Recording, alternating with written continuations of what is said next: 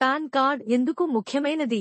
మీరు pan card ఎందుకు పొందాలి అనేదానికి గల కారణాల జాబితా ఇక్కడ ఇవ్వబడింది. బ్యాంకింగ్ అనేది పాన్ కార్డ్ చాలా ముఖ్యమైనదిగా పరిగణించబడే ఒక రంగం.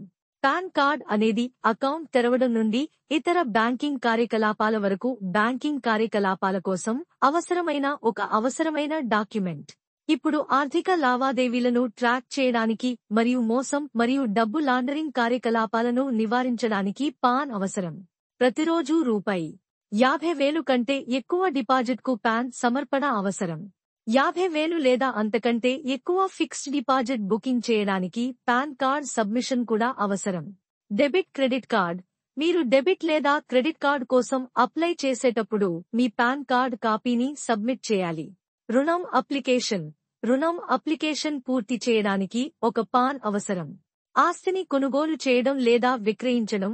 ఆస్తి విలువ రూ.5 లక్షలకు మించితే కొనుగోలుదారు మరియు విక్రేత రెండింటి యొక్క పాన్ కార్డ్ వివరాలు తప్పనిసరి.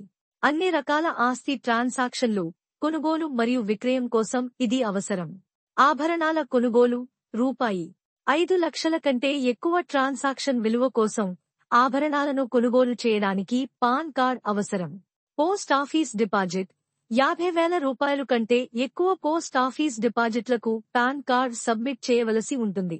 ఒక వాహనాన్ని కొనుగోలు చేయడం, 2 వీలర్లను కొనుగోలు చేయడం మినహా వాహనాలను కొనుగోలు చేయడానికి మరియు విక్రయించడానికి పాన్ కార్డ్ సమాచారం అవసరం. డీమ్యాట్ అకౌంట్ తెరవడం. స్టాక్ మార్కెట్, బాండ్లు, డిబెంచర్లు లేదా మ్యూచువల్ ఫండ్స్లో పెట్టుబడి పెట్టడానికి పెట్టుబడిదారులు ఒక డీమ్యాట్ అకౌంట్ తెరవాలి. డీమ్యాట్ అకౌంట్ తెరవడానికి పాన్ కార్డ్ తప్పనిసరి.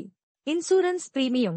ఒక ఆర్థిక సంవత్సరంలో ఇన్సూరెన్స్ ప్రీమియం చెల్లింపు రూ.50,000 మించితే పాన్ కార్డ్ సమర్పణ అవసరం.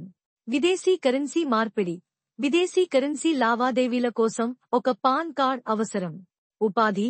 చాలా మంది యజమానులకు జీతం, అకౌంటింగ్ మరియు పన్ను ప్రాసెసింగ్ కోసం పాన్ కార్డ్ అవసరం.